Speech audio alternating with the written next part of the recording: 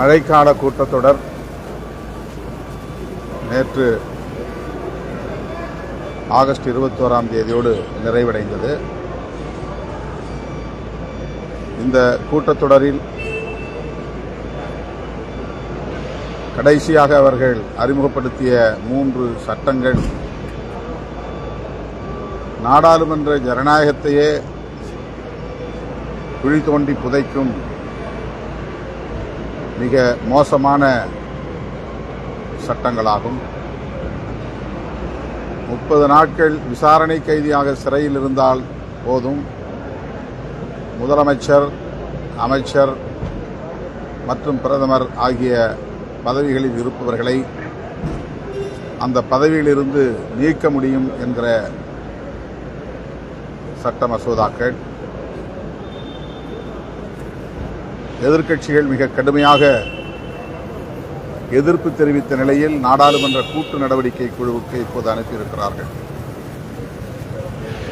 பாசிசத்தின் உச்சம் என்று சொல்லக்கூடிய வகையில் இந்த சட்டங்களை பாஜக அரசு அறிமுகப்படுத்தியிருக்கிறது.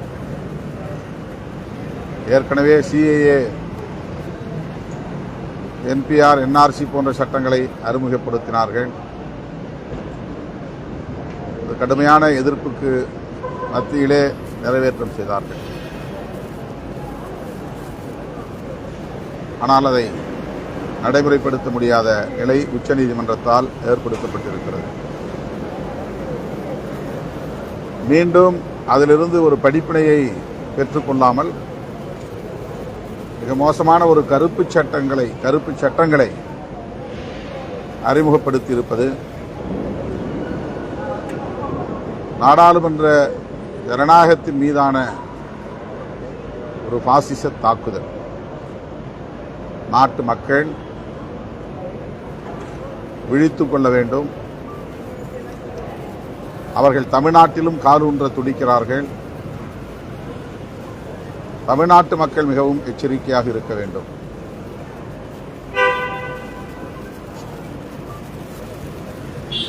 பீகாரிலே வாக்காளர்கள் 65 லட்சம் பேர் பட்டியலில் இருந்து நீக்கம் செய்யப்பட்ட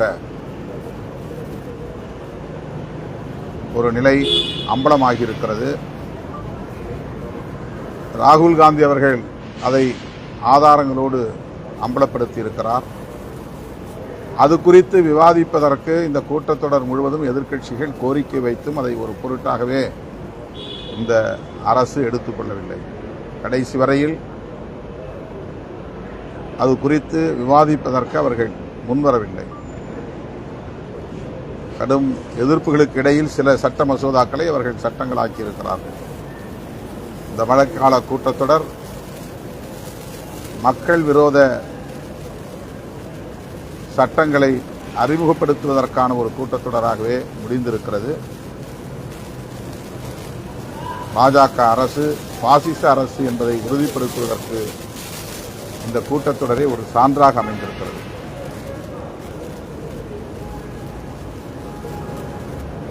அமித்ஷா அவர்கள் தமிழ்நாட்டில் அடிக்கடி வருகை தருகிறார். அவ்வப்போது தாமரை மலரும் என்று குறி சொல்லுகிறார்.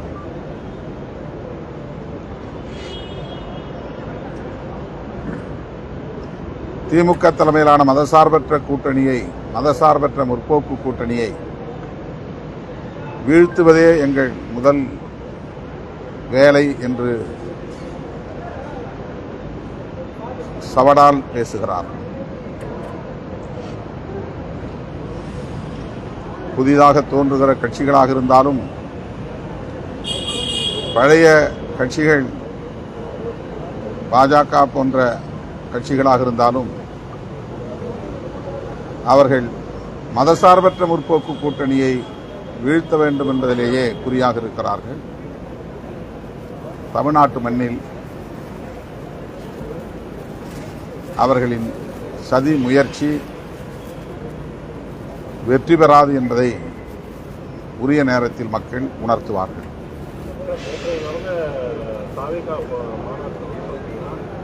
தமிழக அரசியல் தாவேகாவுக்கும் திமுகவுக்கும் நேரடி போட்டி. அதே போல நேற்றைய அந்த மாநாட்டில் பாஜகவையும் திமுகவும் கடுமையான விமர்சனம் நடைபெற்று இஸ்லாம், அதாவது மக்களுக்கு நல்லது செய்யணும் இஸ்லாமியர்கள் ஒடுக்குறதுக்காக ஒரு அரசுக்கும் அது பாஜகவும் தான். அதே மாதிரி தமிழகத்தில் வந்து பார்த்தீங்கன்னா பாஜக அரசு தான். அதே மாதிரி தமிழகத்திலும் திமுக அரசு வந்து பாஜகவோட சண்டை கூட்டணி வைத்திருக்கிற மாதிரியும் பேசியிருக்காரு.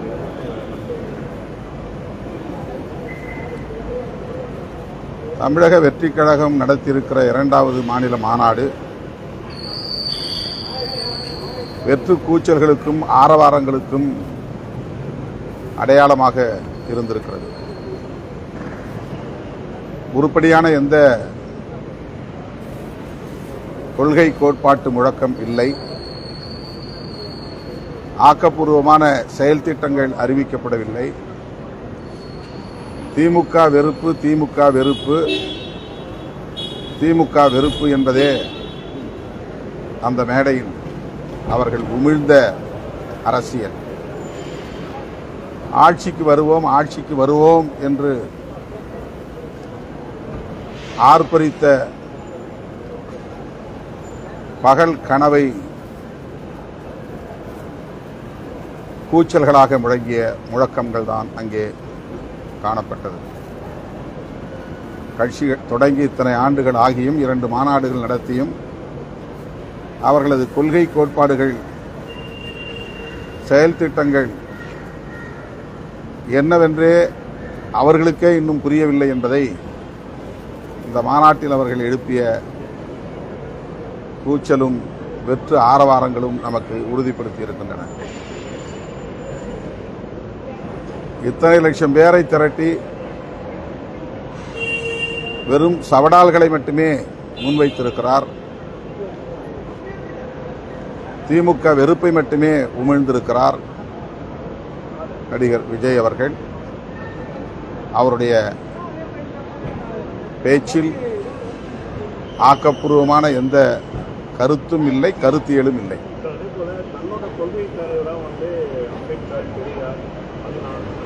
வெறும் அடையாளங்களாக இருக்கின்றன. அம்பேத்கருடைய கொள்கை என்ன என்பதை பற்றி ஒருவராவது அந்த மேடையிலே பேசினார்களா?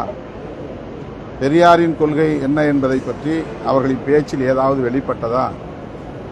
பேசியவர்கள் அத்தனை பேருமே சவடால் அடித்தார்களே தவிர ஆட்சியை கைப்பற்றுவோம் என்கிற வேட்கையை வெளிப்படுத்தினார்களே தவிர திமுகவுக்கு எதிரான வெறுப்பை உமிழ்ந்தார்களே தவிர அவர்கள் உயர்த்தி பிடிக்கிற கொள்கை ஆசான்களின் கருத்தியல்கள் எதையும் பேசவில்லை.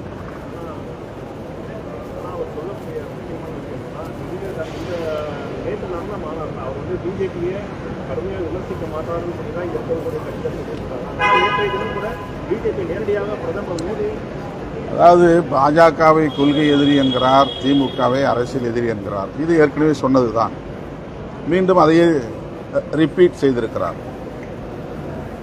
கொள்கையும் அரசியலும் வேறு வேறல்ல. அரசியல் இல்லாமல் கொள்கை இல்லை, கொள்கை இல்லாமல் அரசியல் இல்லை. திமுக அரசியல் எதிரி என்றால் அப்ப திமுகவினுடைய கொள்கை இவர்களுக்கு எதிரி இல்லையா என்ற கேள்வி எழுகிறது. பாஜக கொள்கை எதிரி என்றால் பாஜகவின் அரசியல் இவர்களுக்கு எதிரி இல்லையா என்ற கேள்வி எழுகிறது. அதிலேயே அவர்கள் ஒரு குழப்பத்தில் இருக்கிறார்கள். வெறும் தேர்தல் அரசியலுக்கான பகையாக திமுகவை அவர்கள் கருதுகிறார்கள். அவர்களை ஆட்சி அதிகாரத்திலிருந்து அப்புறப்படுத்திவிட்டு தாங்கள் ஆட்சி அதிகாரத்திற்கு வருவோம் என்று விரும்புகிறார்கள். இந்த விருப்பத்தை வெளிப்படுத்துவதற்கு பல லட்சம் பேரை திரட்டி பேசியிருக்கிறார்கள். அவ்வளவுதான். அதே போல புதியதாக கட்சி தொடங்கி வரக்கூடியவர்கள் அதிகாரத்தில் இருக்கிறவங்க தான் எதிர்க்கிறவங்க வளர்ப்பாங்க. அதே மாதிரி இப்போ ஒரு கட்சி வரணும்னா அவங்க வந்து அதிகாரத்தில் யார் இருக்கணும் அவங்கள கேள்வி கேட்கறவங்க வளர்ப்பாங்க. இப்போ அதிகாரத்தில் வந்து பாஜக திமுக அதிமுக இல்லை. இப்போ அதிகாரத்தில் இருக்கிறவங்க கேள்வி கேட்கறாங்க. அதிகாரத்தில் இருப்பவர்களை கேள்வி கேட்பது, விமர்சிப்பது பிரச்சனை இல்லை. ஆனால் அவர்கள் அதை தங்களுக்கான ஒரே அரசியல் கோட்பாடாக மட்டுமே வைத்திருக்கிறார்கள். அதுதான் அவர்களின் கோட்பாடு, அதுதான் அவர்களின் கொள்கை. என்பதைப் போல மீண்டும் மீண்டும் அதையே வலியுறுத்துகிறார்கள். மற்றபடி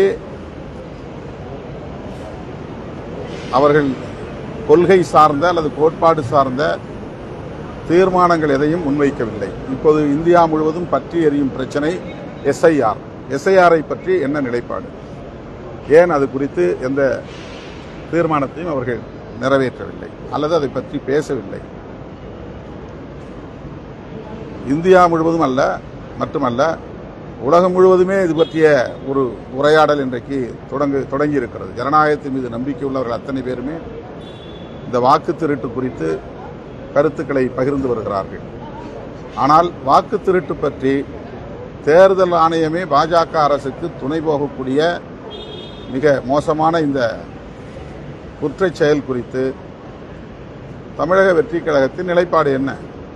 அவர்கள் என்ன சொல்ல விரும்புகிறார்கள்? எதுவும் சொல்லவில்லை. அதைவிட வேற என்ன பெரிய பிரச்சனை இன்றைக்கு பேச வேண்டிய பிரச்சனை இருக்கிறது? பேசவில்லை. அதே போல இன்றைக்கு அவர்கள் கொண்டு வந்திருக்கிற இந்த 3 சட்டங்கள் கொடிய சட்டங்கள், ஜனநாயகத்தை சிதைக்கும் சட்டங்கள், அரசமைப்பு சட்டத்தை சிதைக்கும் சட்டங்கள். இந்த சட்டங்கள் குறித்து தமிழக வெற்றிக் கழகத்தின் நிலைப்பாடு என்ன? ஏன் கருத்து எதுவும் சொல்லவில்லை?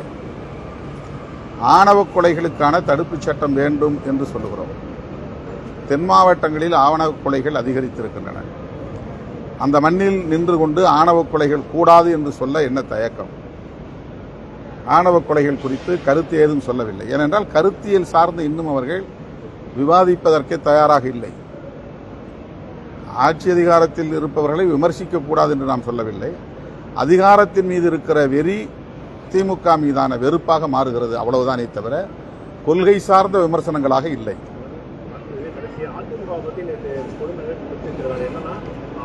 எம்ஜிஆரால் உருவாக்கப்பட்ட கட்சி இப்பொழுது அருமை கட்சியாக யாரு? விஜய் வந்து எம்ஜிஆரால் உருவாக்கப்பட்ட ஒரு கட்சி இப்பொழுது அருமை காரணமாக சொல்லிட்டு மறைமுகமாக அதிமுக சாதித்திருக்காரு. இது குறித்து அதிமுக தான் அது குறித்து பதில் சொல்ல வேண்டும். நான் எம்ஜிஆரை பற்றி சொன்ன உடனேயே என்று எகிரி குதித்தவர்கள் இப்போது வாய் மூடிக்கொண்டிருக்கிறார்கள். எம்ஜிஆர், அண்ணா, பெரியாரை பற்றி மிகவும் கொச்சையாக பேசுகிற பாஜகவினரை பற்றி ஒரு வார்த்தை கூட இவர்கள் கண்டிக்கவில்லை. தற்குறி எடப்பாடி பழனிசாமி என்று பேசியவர் அண்ணாமலை. அப்போதெல்லாம் அவர்கள் வாயை மூடிக்கொண்டு எங்கேயோ மௌனித்து கிடந்தார்கள், வாய் திறந்து பேசவில்லை. சமூகத்தில் இருக்கிற விமர்சனங்கள் இப்படி இருக்கின்றன என்று யாரோ சொன்ன விமர்சனத்தை நான் மேற்கோள் காட்டி, இப்படி விமர்சனங்கள் இருந்தாலும் என்று மேற்கோள் காட்டி பேசினேன்.